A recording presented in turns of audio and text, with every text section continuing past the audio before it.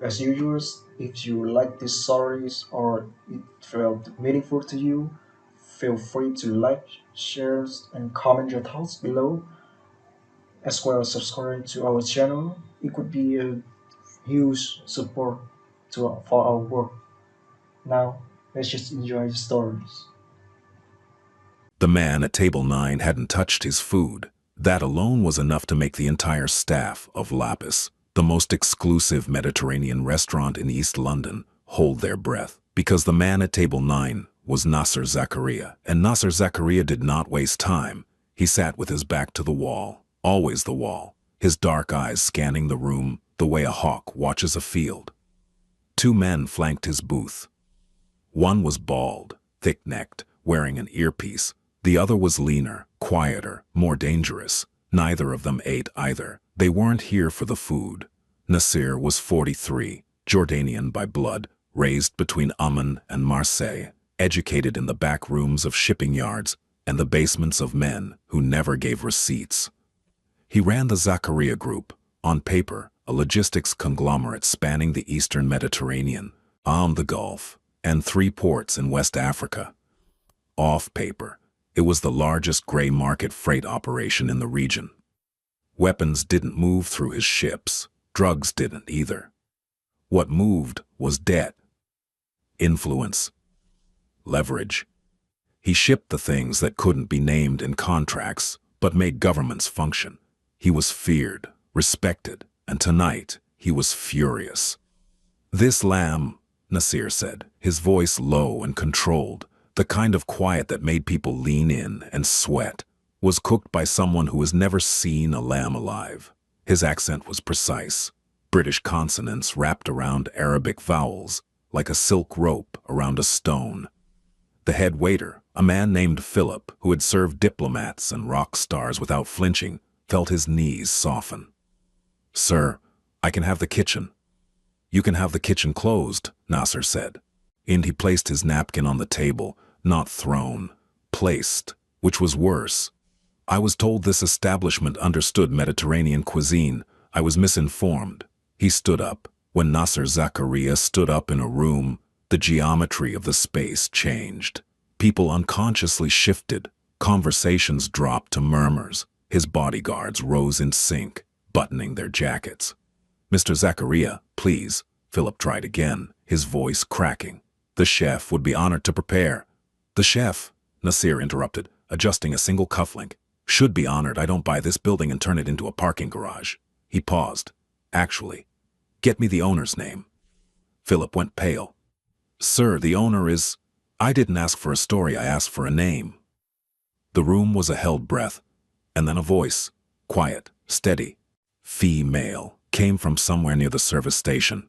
"Al-Saba Miftah al-Faraj Yosidi, Waltam Yistahil Fursa Thaniya." Patience is the key to relief, sir, and the food deserves a second chance. The words weren't in modern standard Arabic. They weren't in Egyptian or Levantine or Gulf dialect. They were in a specific, almost musical cadence, a southern Jordanian Bedouin register, the kind spoken in the villages south of Karak, near the edge of Wadi Araba. The kind spoken by old women around fires. The kind Nasser hadn't heard since he was 9 years old, sitting on his grandmother's lap in a stone house that no longer existed. Nasser froze. His right hand, which had been reaching for his coat, stopped mid-air. The bodyguards noticed. They exchanged a glance. In 7 years of service, they had never seen their boss freeze. He turned slowly, standing near the service station, holding a tray of cleared dishes, was a woman in a black apron. In late 20s. Dark hair pulled back in a low ponytail, loose strands framing a face that was more tired than beautiful, though it was both. She had the kind of eyes that had seen too many late shifts and not enough sleep, brown and deep and unblinking. Her name tag read, Noor. "What did you say?" Nasir asked. His voice had changed. The corporate frost was gone. Something raw had replaced it. Philip lurched forward. "Sir, I apologize. She's new. She's only been here 2 weeks. I'll have her removed immediately." "If you touch her," Nasir said without looking at Philip, "I will remove you permanently." He took a step toward Noor. "Where did you learn that dialect?" Noor set the tray down carefully. Her hands were steady, but her pulse hammered in her throat. She hadn't planned to speak. Though the words had come out of her the way a reflex makes you catch a falling glass, without thought, without permission. My grandmother, she said in English now, her accent London-born, Hackney-raised. She was from a village near Tafila. She raised me until I was 12. What village? Ain al-Baida. Nasir's jaw tightened. A muscle in his cheek moved.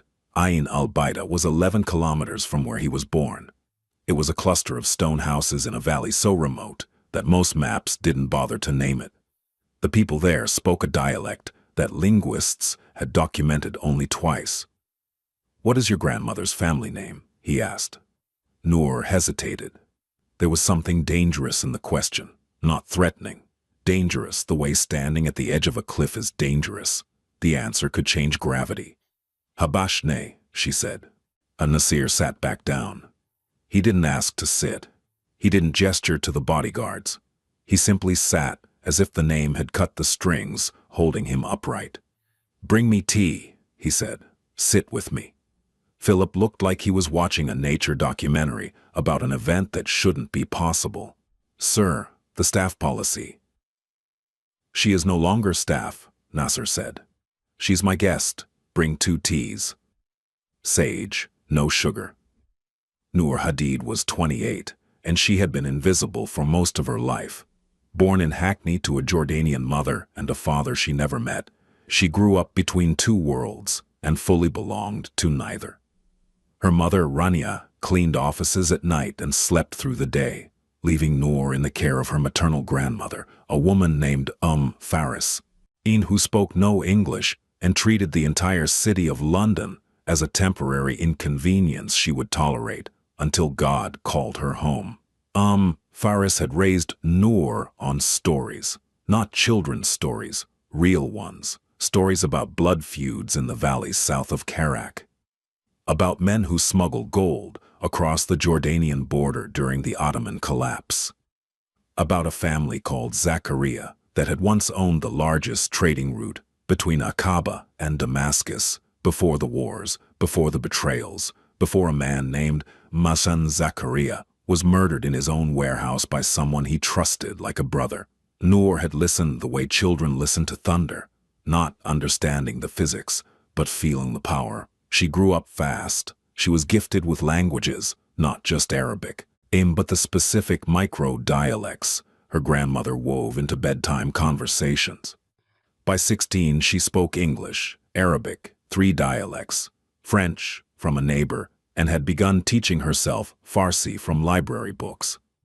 By 20, she had earned a scholarship to SOAS to study linguistics and translation. By 23, she was working for a small NGO translating witness testimonies from Syrian refugees.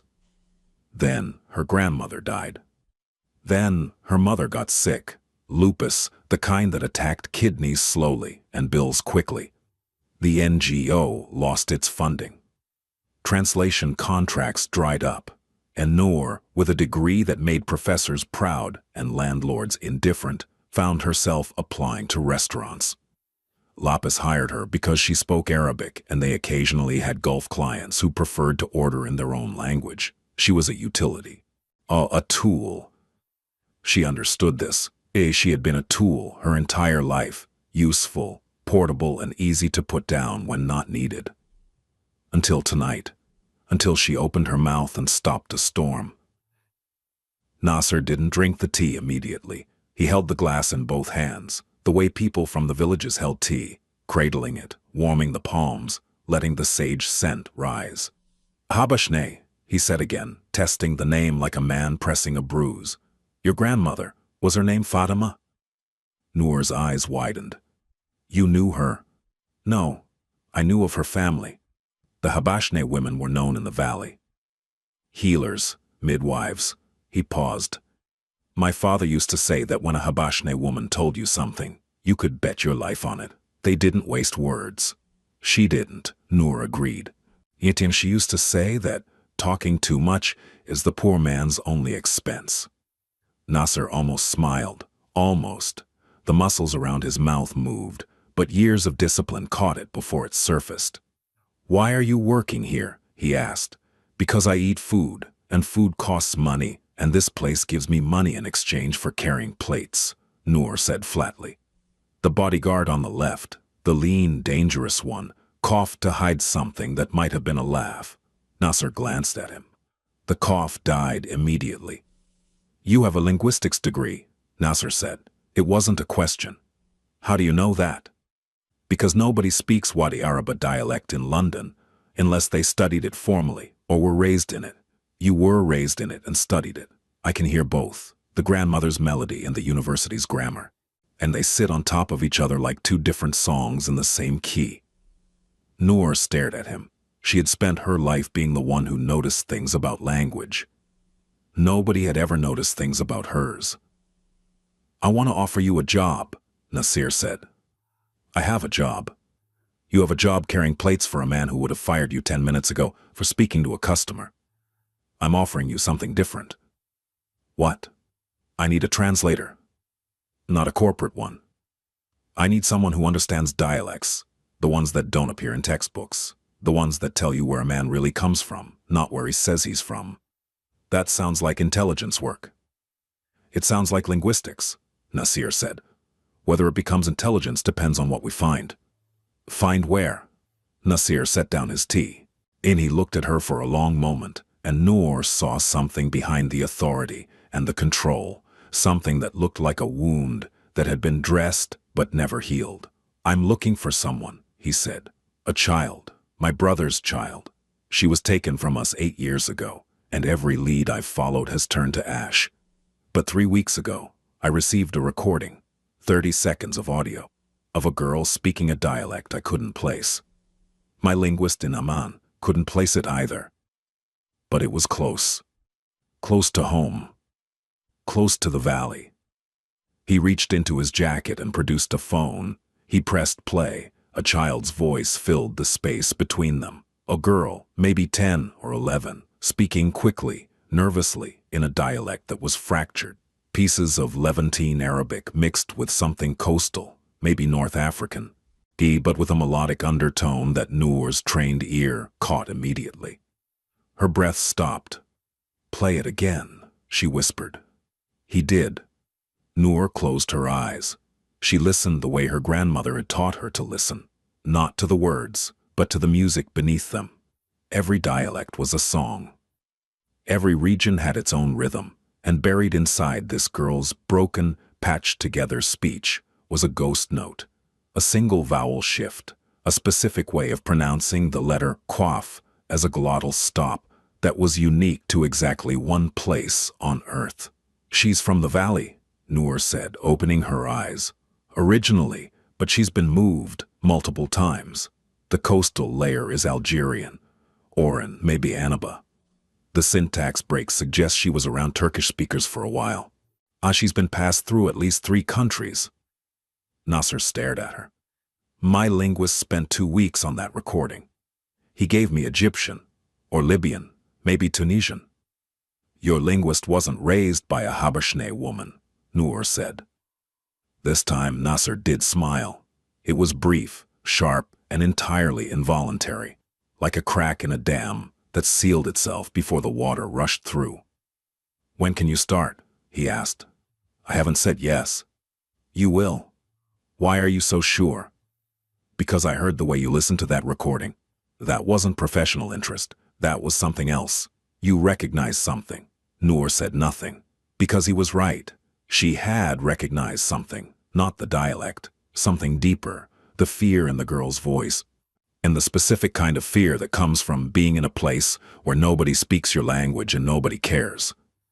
Noor had felt that fear in every school she'd ever attended. "I'll need to hear everything," she said. "From the beginning. Who is this child? Why was she taken? And who took her?" "Not here," Nasir said. He stood. The bodyguards materialized beside him. "Tomorrow, my office, 9 a.m. He reached into his wallet and placed a business card on the table. Heavy stock, embossed, just a name and a phone number. Then he pulled out a stack of cash, far more than the meal, far more than a tip, and placed it beside his untouched plate. "For the lamb," he said. "It was terrible. but I'm glad I came." He walked out. The bodyguards followed. The room exhaled. Philip rushed over to Nar. "What the hell did you say to him?" "Oh, what language was that? Are you insane?" Noor picked up the business card. She turned it over in her fingers. "I told him to be patient," she said. And he listened. The Zakaria Group occupied the top 4 floors of a glass tower in Canary Wharf.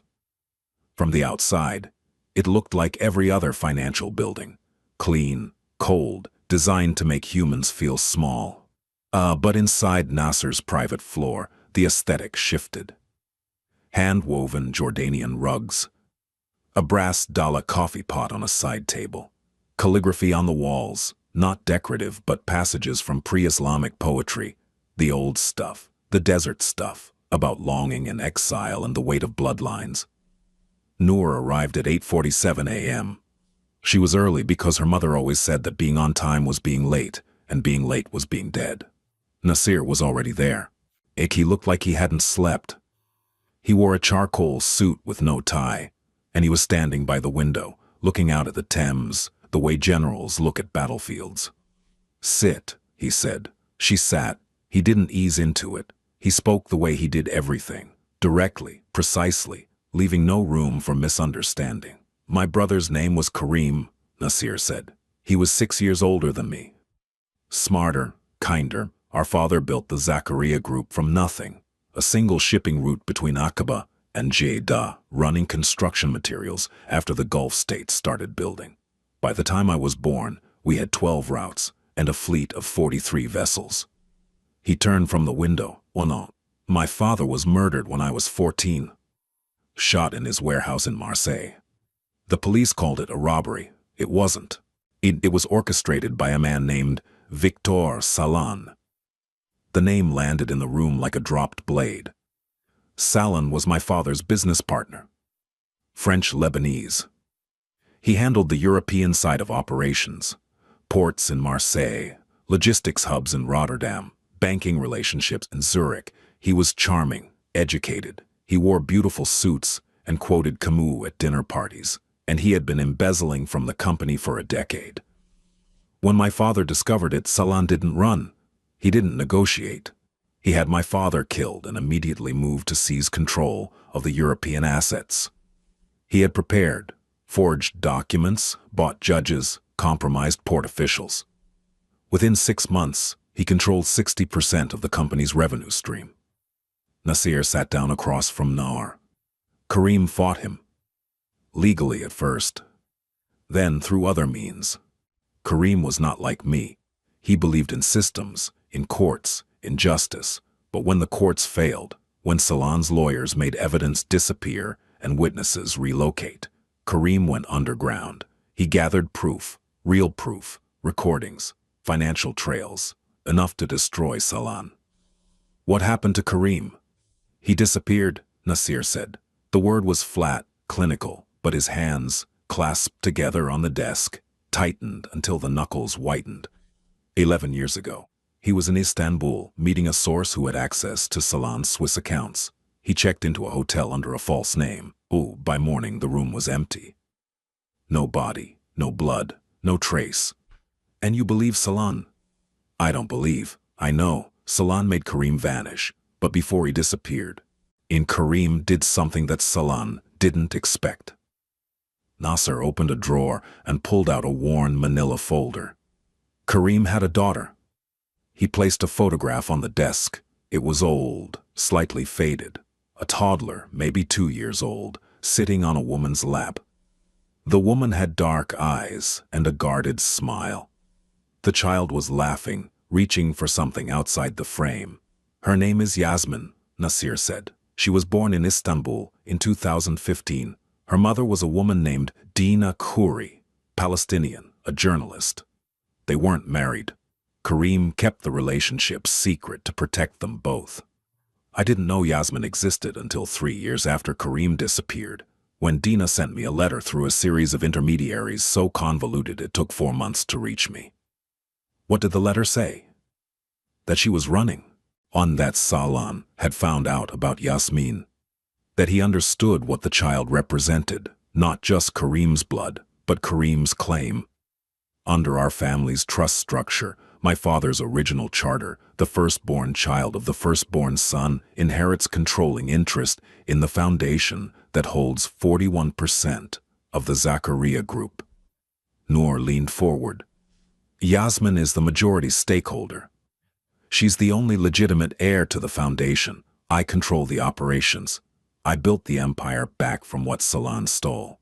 But the foundation, the original entity my father created, was locked. It can only be activated by blood succession, verified by 3 witnesses from the founding families, and a DNA match. Salon knows this. He's been searching for Yasmin for 8 years, not to protect her, to eliminate the claim. And Dina, in the mother. Nasir's expression didn't change, but something behind his eyes shifted. A door closing. Dina was found dead in a hotel room in Tunis 6 years ago. Officially a heart attack. She was 31 and in perfect health. The room was very quiet. I have spent 8 years and more money than some countries' GDP trying to find Yasmin, Nasir said. Every trail goes cold. Salon has resources, not just money but connections in intelligence agencies, port authorities, immigration offices. He can make people appear and disappear from databases. He's done it before. But the recording, Noor said. The recording. Nasser picked up his phone. 3 weeks ago, one of my operatives in Algeria intercepted a phone call from a care home in Oran, a charity-run facility for displaced children. And the call was between a staff member and someone in Geneva, someone using a phone registered to a shell company I've linked to Salon's network. During the call, in the background, you can hear children, and one child, for approximately 30 seconds, is singing. Singing, Noor repeated. A lullaby. A specific lullaby. One that my grandmother sang. One from Ain al-Baida. Noor felt the room tilt. That's why you reacted to me. In the restaurant. I spoke the dialect of the villages where that lullaby comes from. I've been surrounded by people who speak Arabic my entire life, Nasir said. Corporate Arabic, diplomatic Arabic, the Arabic of boardrooms and lawyers. Nobody speaks the Arabic of home. When you opened your mouth in that restaurant, I heard my grandmother's voice for the first time in 34 years. He slid the folder across the desk. I need you to go to Oran. I need you to find this care home, find this child, and confirm, through the dialect, through the songs she knows, through whatever linguistic fingerprint she carries, whether she is Yasmin. Why me? You have operatives, you have resources. Because operatives carry guns and suspicion. They walk into a children's home and every door closes. I need someone who can walk in and speak to a child in the language of her grandmother. I need someone the child will trust. Noor looked at the photograph. The toddler's laughing face. The mother's guarded eyes. If she's there, Noor said slowly, and Salon has people watching that facility, which he does, and if his network made that call, then the moment I walk in asking questions, I'm a target. Yes. And you're telling me this because you deserve the truth. I won't lie to you. I've lied to enough people in my life, and it has cost me everything except the ability to recognize someone who doesn't deserve to be lied to. Noor stood up. She walked to the window. The Thames was gray and slow, carrying barges and history. How much does this pay? She asked. Name your figure. My mother's medical bills, all of them, past and future, and her flat. She's about to be evicted. A new lease, somewhere clean, with an elevator because she can't do stairs anymore. Done.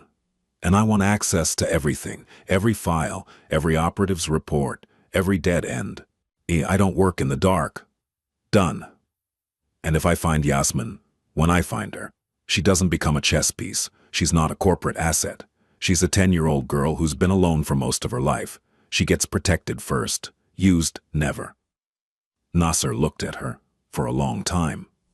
My brother would have liked you, he said quietly. I hope so, Noor said, because I'm about to risk my life for his daughter. The flight to Oran took 3 hours from London, but Noor felt the distance in centuries.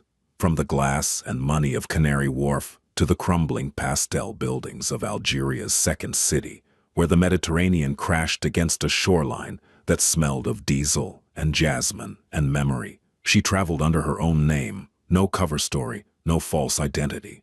Nasir's head of security, the lean, inquiet bodyguard from the restaurant, whose name was Faris, had argued against this vehemently. If Salon's people are monitoring the facility, they'll flag any foreign woman asking questions, Faris had said. And if I show up with a fake passport and a cover story and they check, I'm done, Noor had replied. I'm a translator. That's what my papers say. That's what I am. I'm going to Oran to do linguistic fieldwork for a university project on displaced children's dialect preservation. It's boring enough to be true. Faris had looked at Nasir. Nasir had looked at Noor, and for the second time he'd almost smiled. Send her, he said. Give her a phone with a direct line to me. Nothing else. The care home was called Dar al-Amal, the House of Hope. It sat on a hill above the old port. It's a converted colonial villa with peeling yellow walls and a courtyard where children played between olive trees that had been planted before the French left. Noor arrived on a Tuesday morning. She wore linen trousers, a plain blouse, and carried a leather satchel with a notebook, a voice recorder, and the kind of academic credentials that made bureaucrats relax. The director was a woman named Madame Benzian, 60, iron-haired with the skeptical eyes of someone who had seen too many people arrive with promises and leave with nothing. You want to study how the children speak, Madame Benzian said, peering at Noor's university letter over reading glasses. Specifically, how displaced children retain or lose their home dialects, Noor said. It's for a comparative linguistics study. I'd be observing conversational patterns. A recording. With your permission and the children's consent. Short interviews. Nothing invasive. The children here have been through enough invasions, Madame Benzian said, but she signed the form. 1 week, you don't photograph faces. You don't use real names in your paper. And if any child says stop, you stop. Agreed. The first 2 days, Noor did exactly what she said she would. She sat in the courtyard, in the dining room, in the schoolroom, and she listened. She spoke to children in Arabic, in French, in the soft Algerian dialect she'd picked up from a neighbor in Hackney. She was patient. She was warm. She was genuinely interested. By the 3rd day, the children came to her. There were 41 of them, ages 4 to 16. Most were Algerian, from the south, from the conflict zones, and from families broken by poverty or violence. A few were Libyan. 2 were Syrian. And 1, a girl who sat apart from the others, who read books during playtime, who flinched when adults moved too quickly near her. 1 was different. Her name, according to the records, was Salma. Age listed as 10. Origin listed as unknown, found in Tunis, 2021. Noor noticed her on the first day, not because of anything visible, because of something audible. During lunch, the girl had whispered to herself while eating, a habit of lonely children, narrating their own actions to fill the silence. And in that whisper, Noor heard it. The ghost note, the vowel shift, the glottal stop on the qaf. It took every ounce of discipline Noor possessed not to go directly to the girl. Instead, she waited. She built trust with the other children first. She let Salma observe her from a distance, the way feral cats observe before they approach. On the 3rd afternoon, she sat on a bench near where Salma was reading and began humming. Not just any tune, a lullaby. The lullaby from Nasir's recording, a melody from the stone villages south of Karak, about a mother telling the wind to carry her voice to a child who was far away. Noor hummed it softly, as if to herself, as if she'd forgotten anyone was listening. She felt, rather than saw, the girl's head turn. A minute passed, then 2. Then a small, cautious voice said, in Arabic so broken and beautiful, it made Noor's chest ache. My mother used to sing that. Noor didn't look up immediately. She kept humming. Then she stopped, as if noticing the girl for the first time. You know this song? Noor asked gently. It in the dialect of the valley. Salma's eyes went wide. Her book slipped from her fingers. Nobody in her entire remembered life had spoken to her in that sound. That specific music of language. It was the sound of a time before the running, before the strange homes and stranger faces, before she forgot what safe felt like. "Where did you learn that?" the girl whispered. "My grandmother taught me," Noor said. She was from a village in Jordan, a place with stone houses and olive trees and women who knew every star by name. Salma's lower lip trembled. She didn't cry. She was past the age where children cry freely. But her eyes filled with something larger than tears, a recognition so deep, it was almost genetic. "My mama was from a place like that," Salma said. "She told me before she went away." Naur's heart hammered, and she kept her voice even, her body still, the way you stay still when a frightened bird lands on your hand. "What did your mama tell you about that place?" Noor asked. "She said there was a house on a hill, and a tree in the yard that was older than God. And that one day, when it was safe, she would take me there." "Did she tell you the name of the village?" The girl shook her head. Then she stopped. Her brow furrowed. "She told me a word. She said it was the name, but I should never say it to anyone. She said it was a secret." "You don't have to tell me," Noor said. The girl looked at her for a long time. Something passed between them. Not information, not strategy, but something ancient and female and sure. "Ain al-Baida," the girl whispered. Noor closed her eyes. The world rearranged itself. She had found Yasmin. In that night, Noor called Nasir from the roof of her hotel, a concrete block 3 streets from the care home. The night air was warm and carried the sound of ships in the harbor. "It's her," Noor said. Silence on the line. Then a breath, controlled, deliberate, the breath of a man who had trained himself never to react. "How certain are you?" She knows the lullaby. She knows the village name. Her dialect markers match. The base layer is southern Jordanian, overlaid with Tunisian and Algerian acquisition patterns consistent with a child moved through those regions between ages 3 and 7. And Nasser. Noor paused. "She looks like the photograph, the one of her mother, the same eyes." More silence. Then, very quietly, "Is she safe?" "For now. The care home is legitimate. Madame Benzian runs it well. But there's a man. I've seen him twice. Sits in a car across the street. Different car each time. Same driver. He watches the entrance. Salon's people. That's my assumption. They're not here to take her. They're here to make sure she stays. As long as she's a nameless orphan in an Algerian care home, she's neutralized. No identity, no claim, no threat. How did they get her there? I don't have the full picture yet, but based on what Yasmin told me, her mother moved them through Tunis, then into Algeria. At some point, the mother was taken. Yasmin said she went away, and someone brought Yasmin to Dar al-Amal with falsified intake papers. The director has no reason to suspect anything. As far as she knows, Salma is just another abandoned child. "We need to get her out," Nasir said. "Not yet. If we pull her now, with a surveillance team watching, Salon will know. He'll know you found her, and he'll escalate. We need the legal claim first, DNA verification, and we need to neutralize whoever is feeding Salon information from inside the system." "What do you suggest?" "I need more time with her. I need to map the full story. Where she's been, who moved her, what she remembers. Children remember more than we think, especially in language. Every word she uses is a breadcrumb. Give me 3 more days." "You have 2. I need 3. Noor." His voice was edged. "Every day you're in that city, you're exposed. Salon has people in Algerian security services. If he identifies you, then I'll be a linguistics researcher who visited a care home. Nothing more. I'm not the threat, Nasser.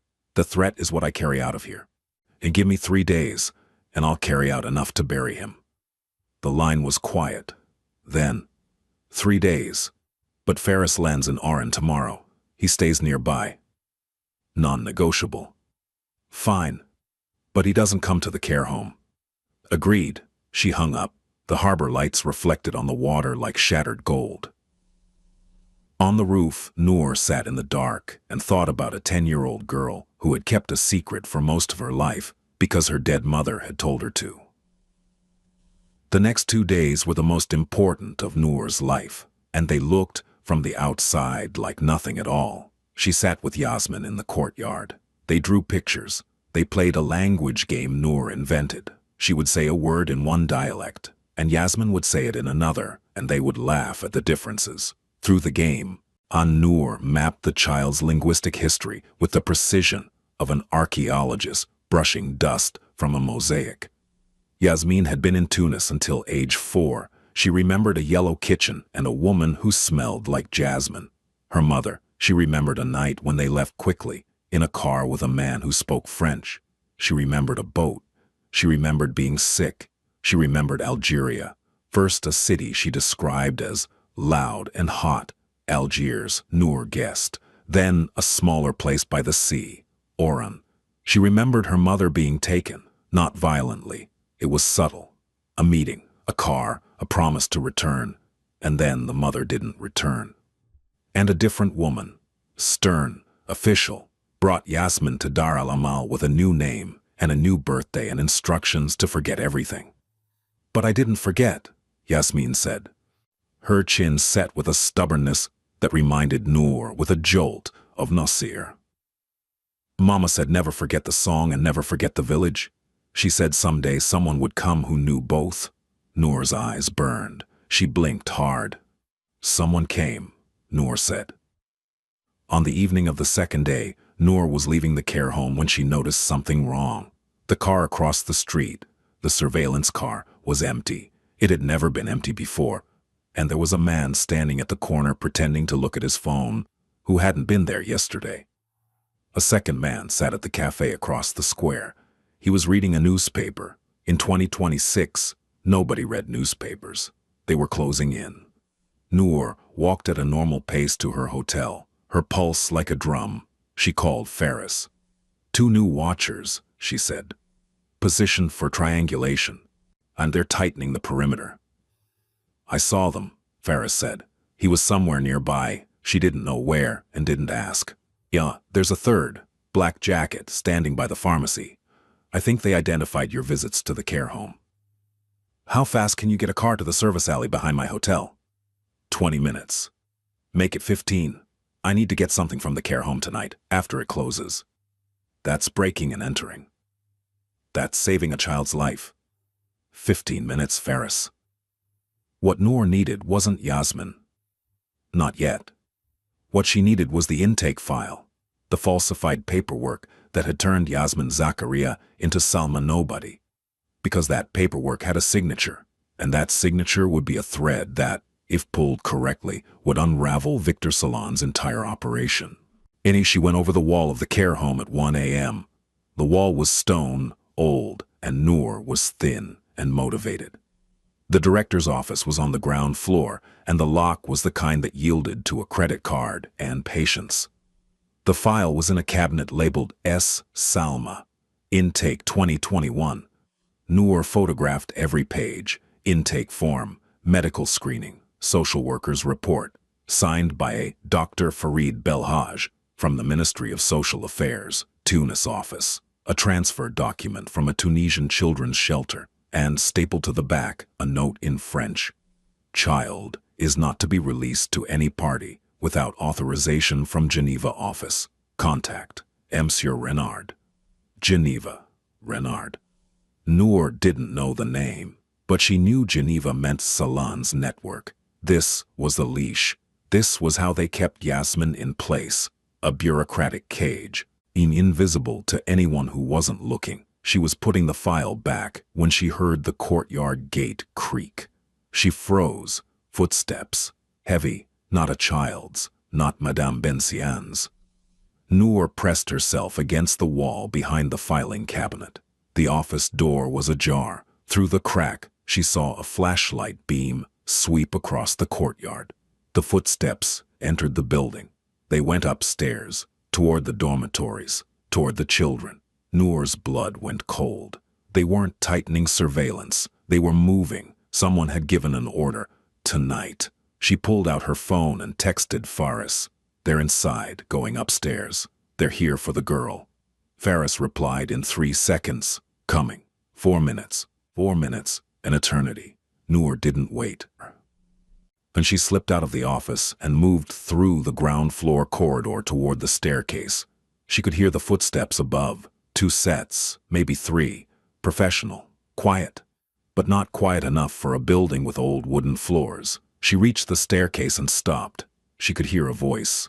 Male, speaking French, with an Algerian accent. 3rd room on the left. Bed by the window. Grab her, sedate her, out through the roof access. They had the layout. They had a plan. This wasn't improvised. Noor looked around. The kitchen was to her right. She stepped inside. She grabbed the heaviest thing she could find, a cast iron pot, and then she did the only thing she could think of. She screamed. Not a random scream. She screamed in Arabic, in the specific shrieking cadence of a village woman, raising an alarm. The Zagruda inverted, the sound that for centuries had meant danger, intruder, protect the children. The sound ripped through the building like a siren. Lights came on. Children woke up crying. Madame Benzian's voice came from upstairs. Who is there? What is happening? The footsteps above scattered. Noor heard cursing in French. A door slammed. The roof access. By the time Faris arrived, the men were gone. Madame Benzian was standing in the courtyard in her nightgown, holding a confused and frightened Salma by the hand, surrounded by children who had been woken by the sound of war. Noor stepped into the courtyard. She was shaking. The pot was still in her hand. Madame Benzian stared at her. You, the linguist. Well, what are you doing in my building at 1 in the morning? Noor set the pot down. She looked at Yasmin. The girl looked back at her with those enormous, knowing eyes. Saving her, Noor said. And I need to tell you everything. Victor Salan lived in a villa overlooking Lake Geneva.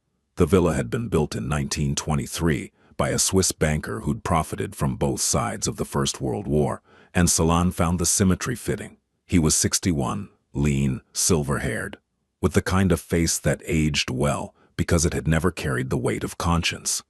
He received the call at 6:14 a.m., Geneva time. The extraction failed, the voice said. Someone was inside the facility. A woman. She raised an alarm. Salan sipped his espresso. Who? We're running her. British national. Arrived 5 days ago under academic credentials. SOAS. Linguistics. Linguistics, Salan repeated. He set the cup down. That's not a coincidence. Sir, Zakaria sent her. He's been searching for the girl for years. He found a linguist because he received the audio. Yes, I know about the intercepted call. I know everything that happens in that facility except, apparently, how to prevent a single woman from walking through the walls at night. The line was quiet. Find her name, Salan said. Find her connection to Zakaria. And find her before she gets the girl out of the country. If the child reaches British soil or Jordanian soil with a DNA test and that intake file, we are finished. The intake file? She was in the director's office. Assume she photographed everything. The Belhaj signature, the Geneva directive, all of it. That means she has the thread. If she's as smart as Zakaria thinks she is, she'll follow it. Orders. Salan looked out at the lake. The water was still as glass. The woman is a problem, he said. Solve it. But the child must not be harmed. If the child dies, the claim passes to Nasser directly under Jordanian inheritance law. The child needs to stay alive and stay invisible. Relocate her. Tonight. Use the Tunis route. And the director of the facility? She'll ask questions. Pay her or threaten her. Preferably both. I don't care about an Algerian civil servant's feelings. I care about my 41%. He hung up. He finished his espresso. He placed the cup in the sink. He always cleaned his own cups. It was a point of discipline, and walked to his study. On the wall hung a photograph, not framed, pinned casually. as if it were a reminder rather than a trophy. It showed two men at a port. One was Nasser's father, Hakim Zakaria, young and broad-shouldered, laughing. The other was Salan, also young, also laughing. They had been friends, genuinely. Salan had loved Hakim the way men love the friends of their youth, completely, irrationally, and with the certainty that it would last forever. But Hakim had been careless. He had trusted the wrong people, not Salan, but the Jordanian partners who whispered to Hakim that the European operations were a liability, that Salan was skimming.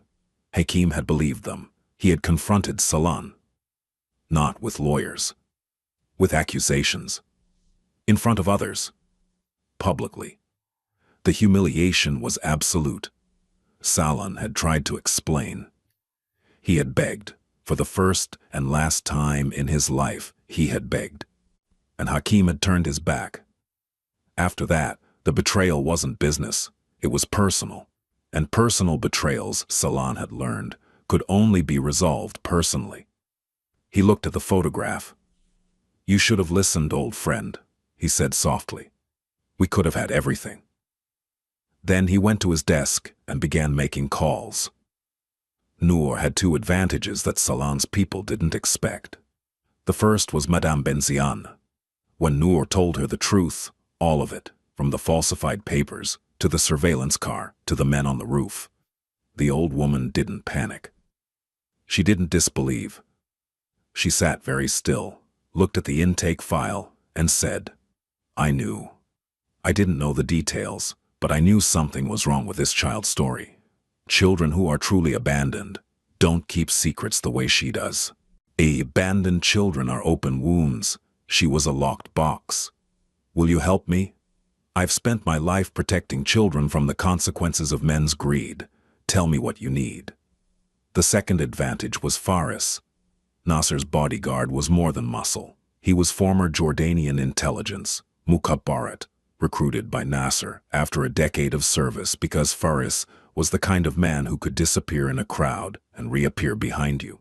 He had spent the night building an exit route that avoided every port, airport, and border checkpoint that Salan's network could monitor. "Overland," Faris said, spreading a map on the hood of a rental car at 4 a.m. "South from Oran, through the Saida province, then east toward the Tunisian border at a crossing point used by Tuareg traders. No cameras, minimal military presence. From there, we fly out of Jerba on a charter. Nasir is sending the plane." "That's a 12-hour drive through the desert with a 10-year-old child," Noor said. "It's a 12-hour drive through the desert, or a 2-hour wait at Oran airport where Salan has people in customs."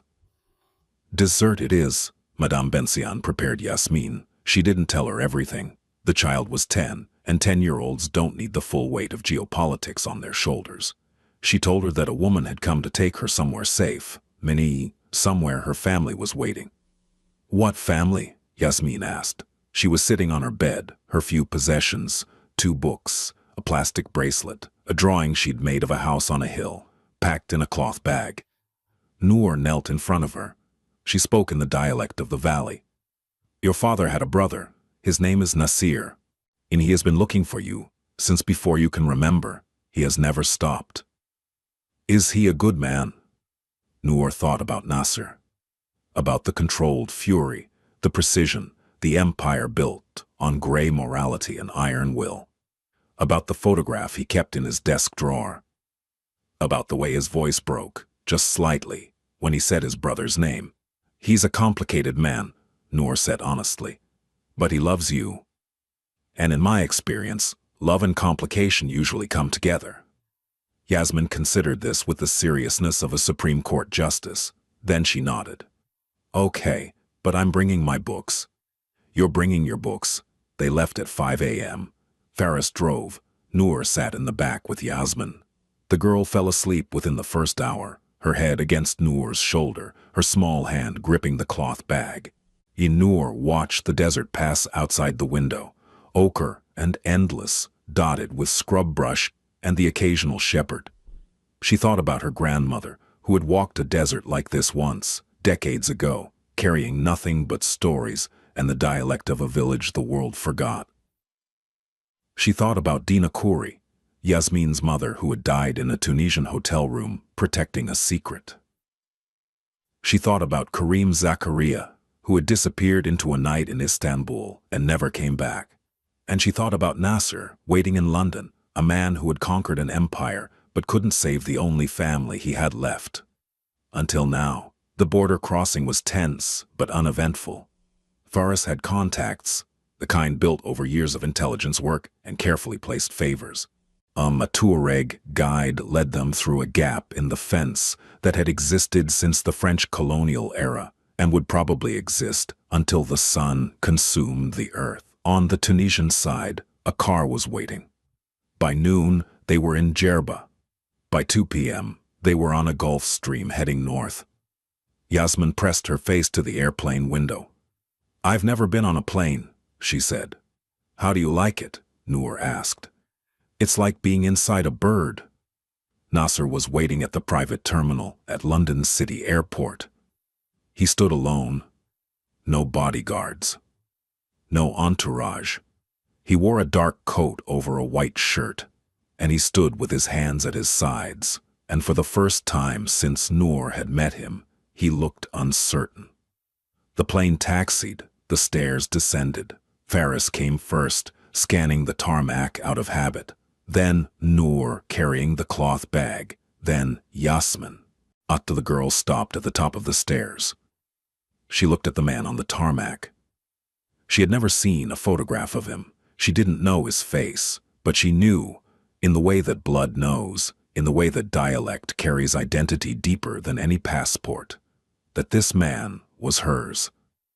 Nasser looked at her, his composure, the fortress he had built around himself for 30 years, the control that had made him feared across 3 continents, all of it crumbled. Not dramatically, not with a roar or a collapse. It crumbled the way old walls crumble, quietly from the inside, brick by brick, until the light gets through. His eyes filled. He blinked once, twice, then he walked to the bottom of the stairs and knelt. "Yasmin," he said, his voice cracked on the second syllable. The girl walked down the stairs, one step at a time, in gripping the railing. She stopped in front of him. She studied his face the way she studied everything. Carefully, thoroughly, missing nothing. "You look like the man in my mother's photograph," she said in Arabic. Nasser's breath hitched. "Your mother had a photograph?" "She kept it in her shoe. She said it was the only safe place. It was a picture of 2 men standing by the sea. She said one was my father and one was my father's brother." "Which one was your father?" "The one who was laughing. She said he always laughed." Nasser closed his eyes. A tear fell. He didn't wipe it. "He did," Nasser whispered. "He laughed at everything, even me, especially me." Yasmin reached out and placed her small hand on his cheek. The gesture was instinctive, ancient, a child comforting an adult, the way children have since the beginning of time. Don't be sad," she said. "Mama said you would come. And you came." Nasser pulled her into his arms. He held her the way drowning men hold air, desperately, gratefully, with the understanding that everything before this moment had been survival, and everything after it might be life. Noor stood at the top of the stairs, watching. She didn't interfere. This wasn't her moment, but she was shaking, and her face was wet, and she understood, with the clarity of a woman who had spent her life translating other people's words, that some things couldn't be translated. Some things could only be felt. Faris stood beside her. He was looking away, jaw tight. "You're crying," Noor said. "I am not." "You're literally crying. It's the wind. We're inside a terminal. It's an indoor wind." The DNA test took 48 hours. And the results were unambiguous. Yasmin was Karim Zakaria's biological daughter. The match was 99.97%.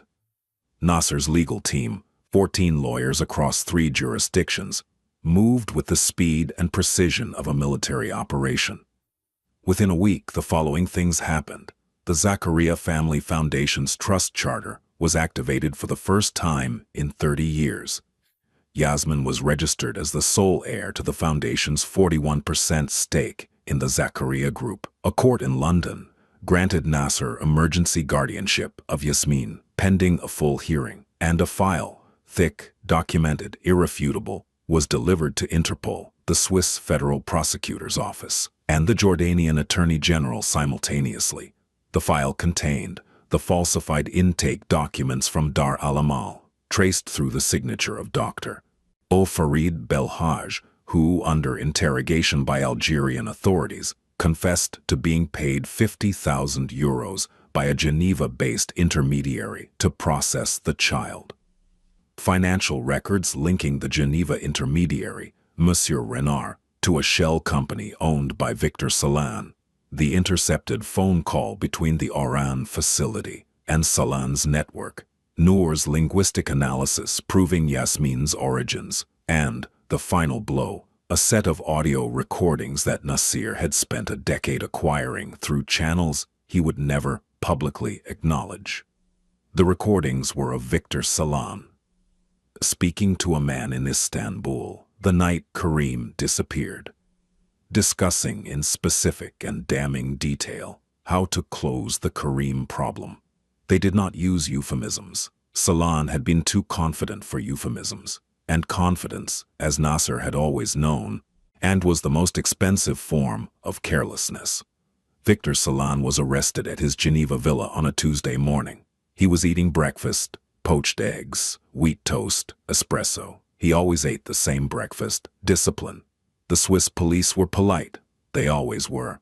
They read him his rights in French and German. He listened without expression. He asked for his lawyer. The lawyer came. The lawyer read the file. The lawyer went pale. "There's a recording," the lawyer said. "I assumed. It's very clear. I was younger, more careless. Victor, I have represented you for 22 years. In all that time I have helped you navigate complexity. But this is not complex. This is a recording of you ordering the abduction and murder of a man, the subsequent abduction of his child, and the assassination of the child's mother. This is not a legal problem. This is an ending." Salan looked out the window. The lake was there, as it always was, still as glass. "Tell Zakaria he wins," Salan said. "Tell him I said Hakim would be proud of him, even though it's not true. Hakim was never proud of either of us. That was the problem." The trial lasted 4 months. It was covered by every major news outlet in the world. The billionaire, the missing child, the waitress-turned-linguist who had found her by listening to the way she pronounced her vowels. Salan was convicted on 12 counts, including conspiracy to commit murder, kidnapping, fraud, and money laundering. He was sentenced to 30 years in a Swiss federal prison. He would die there. He knew this. He didn't appeal. Dr. Farid Belhaj received 8 years. Renard, whose real name was Claude Mercier, received 14. The men who had entered the care home in Oran were never identified. They had dissolved into the networks of the Mediterranean, as such men always do. The Zakaria group was restructured. The foundation's 41% was placed in a trust or managed by an independent board until Yasmin turned 21. Nasser retained operational control, but reduced his involvement, hiring a CEO, a woman named Leila Mansour, the first non-family member to lead the company, and stepping into an advisory role. He had spent his life building an empire. Now he wanted to build something smaller and harder, a family. 6 months after the trial, on a Saturday in late spring, Noor arrived at Nasser's home in Kensington. She was no longer a waitress, and she was no longer a freelance translator. She was officially the head of the Zakaria Foundation's new initiative, a program to identify and reunite displaced children with their families using linguistic analysis. The program was funded by the foundation and run in partnership with UNHCR. It was her idea. Nasser had merely written the check. The Kensington house was a Georgian townhouse, beautiful in the understated way that old money prefers. But inside, it had changed. When Noor had first visited months ago, it had been immaculate, sterile, a showroom for a man who didn't live anywhere because he lived everywhere. Now there were shoes by the door, small shoes, trainers with cartoon characters on them. A school bag hung on the banister, Drawings were taped to the refrigerator, a house on a hill, an olive tree. Then a woman with dark hair, a tall man with a stern face that had been given a smile in crayon. Yasmin was in the garden reading. She looked up when Noor came through the back door. Noor! She ran over, hugged her around the waist, then immediately pulled back. I finished the book you gave me. The one about the girl who speaks to birds.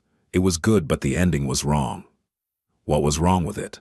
The girl goes home at the end, but she doesn't take the birds with her. What's the point of learning to speak to birds if you leave them behind? That, Noor said, is the best literary criticism I've ever heard. Nasser appeared in the doorway. He was wearing jeans and a white t-shirt. Noor had never seen him in jeans.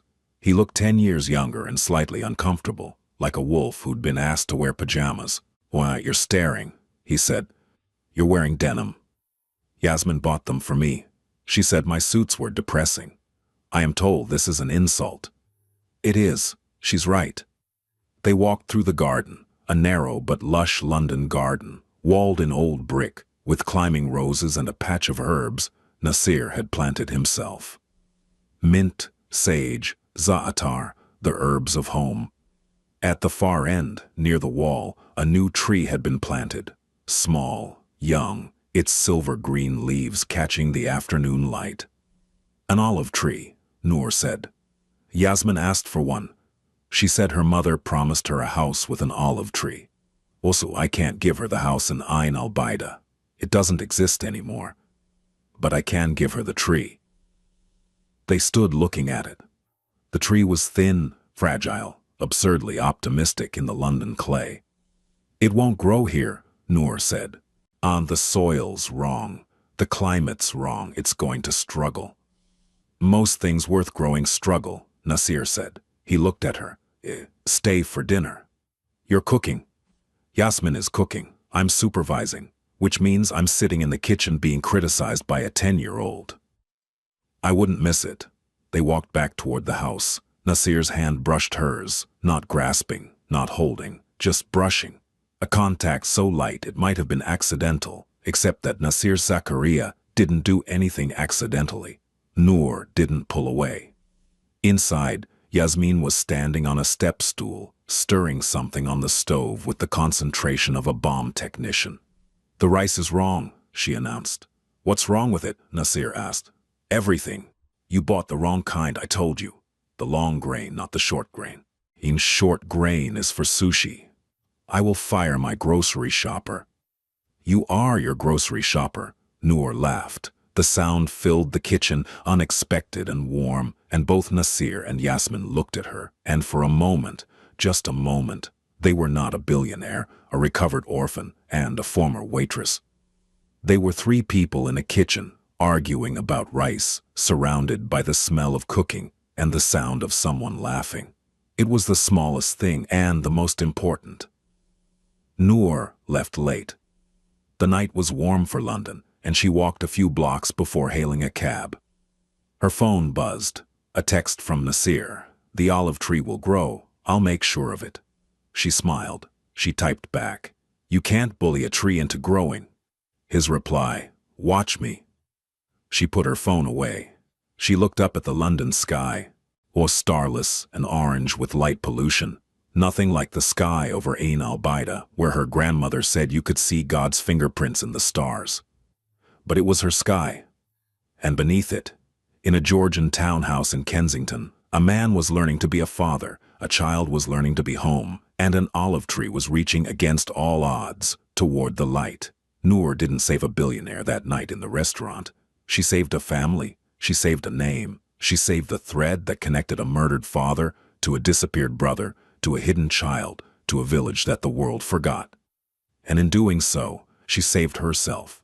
Because the most powerful language in the world isn't spoken in boardrooms or courts or palaces. It's spoken in kitchens, over rice, and with people who argue about grain length and plant trees that shouldn't grow and leave the light on for each other. It's the language of belonging, and Noor, after 28 years of translating everyone else's words, had finally found her own. If this story moved you, hit that like button, share it with someone who needs to hear it, and subscribe for more stories that bring the drama of real life straight to your screen. Turn on notifications so you never miss a twist. And tell us, would you have stepped into the path of the most dangerous man in the room, armed with nothing but a language he'd forgotten? Let us know in the comments below.